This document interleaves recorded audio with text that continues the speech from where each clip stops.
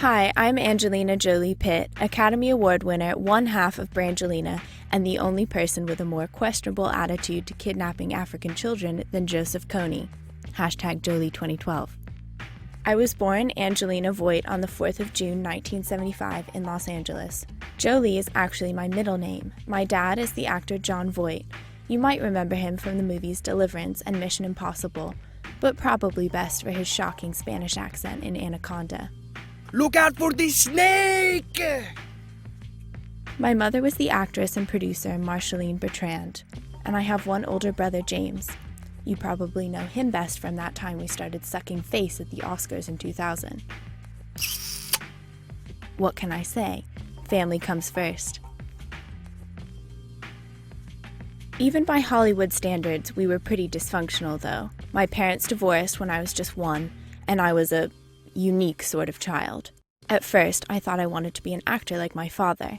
I made my movie debut when I was just 5, in a small role in my dad's film, Lookin' to Get Out. But during my darker teenage years, I realized I wanted to direct funerals. I dropped out of acting class and started taking home courses in embalming. Like a lot of teenagers, I also began experimenting with the usual things that teenagers do. You know, like knife play, self-harm, eating disorders, insomnia, and heroin. I even tried to hire a hitman to kill me so I wouldn't have to commit suicide myself. I had a nervous breakdown and was admitted to a psychiatric hospital. Dad said I was just looking for attention, which I guess is what he was doing when he cheated on my mom. The only thing Jon Voight ever gave his children was his name, which we both dropped. I legally changed it and took the stage name Angelina Jolie. My gothic look was described as too dark by casting agents. You could get away with that kind of discrimination in the 90s. I did land roles in music videos for Lenny Kravitz and Meatloaf, though. My first lead acting role was as a code cracker in the movie Hackers in 1995, which is where I met my first husband, the British actor, Johnny Lee Miller. We got married in 1996. I wore a plain white t-shirt with his name written in my blood. At least that self-harming had some artistic merit. I was still going through my rebellious phase, and it turns out my lesbian phase. I've had a lot of phases. I celebrated my recent nuptials by having an affair with another co-star, Jenny Shimizu, who I met on the set of Firefox. People say being bisexual is just greedy, but let's be honest, everybody wants to double their chances of getting some action. Our on-again, off-again relationship lasted years, even after I'd divorced Johnny and gotten remarried and re-divorced to Billy Bob Thornton. It's like the song goes, when you're in love with a beautiful woman, you watch your friends. Well, when you're in love with me, you gotta watch everybody's friends. My acting breakthrough came when I won a Golden Globe for my portrayal of Gia Carnaghi in HBO's Gia in 1998. The tragic story of the late supermodel had all my favorite themes, heroin and death.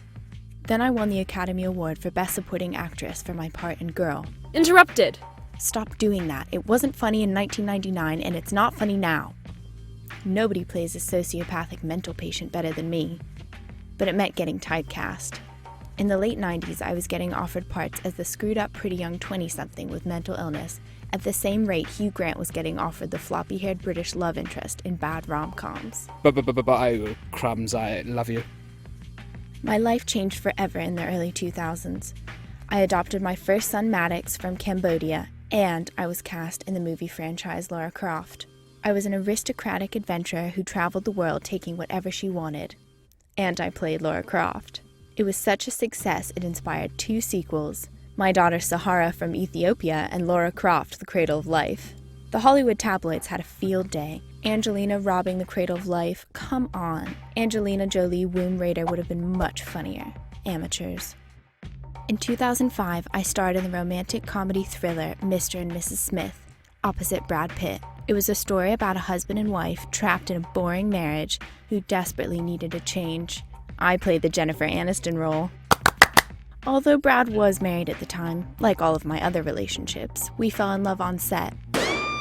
I guess there's just something about 2 people acting like people they're not that leads to romance. Who knew? In 2006, me and Brad traveled to Namibia and I gave birth to my first biological daughter, Shiloh. On our way back to the States, we picked up some Vietnamese takeout, 3-year-old packs. And in 2008, I gave birth to twins.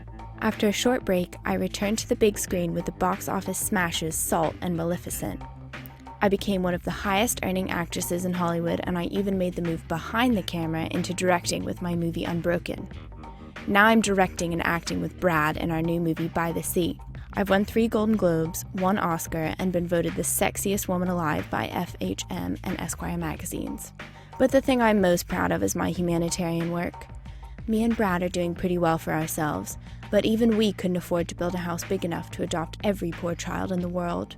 That's why I'm Special Envoy to the United Nations High Commissioner for Refugees. I've even been made an honorary dame by the Queen of England for all of my charity work.